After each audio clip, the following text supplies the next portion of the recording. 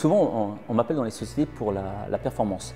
Mais il faut savoir que sans esprit d'équipe, sans cohésion, il ne peut pas y avoir de performance. Il faut d'abord vraiment cultiver cette cohésion, cet esprit d'équipe. Lorsqu'on fait partie d'un groupe, on n'a pas le droit d'être égoïste, on n'a pas le droit de penser qu'à soi. Il faut penser cohésion. Il n'y a pas d'engagement collectif sans un engagement individuel à la base. Quand toutes ces différentes personnalités, ces différentes spécialités d'un groupe se synchronisent, là, la performance arrive. Mes formations, je les articule de différentes façons. Déjà, tout est basé sur mon expérience, sur mon passé au sein du GIGN, en tant que négociateur du GIGN.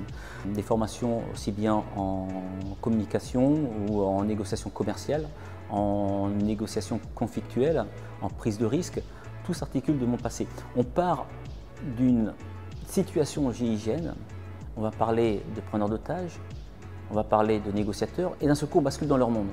On ne parle plus du preneur d'otage, on ne parle plus des négociateurs, mais on parle de managers, on parle de commerciaux, on parle de clients. Et toute la théorie prend son sens. À un certain moment, je leur fais des jeux de rôle pour que toute cette théorie prenne son sens. Je travaille aussi bien pour les hôpitaux, dans tout ce qui est conflit, la gestion de conflits avec les patients, parce qu'ils ont énormément de problèmes, mais aussi pour les médecins généralistes qui ont des problèmes avec l'observance. Les patients ne suivent pas forcément leur traitement, donc comment faire adhérer un patient à son traitement.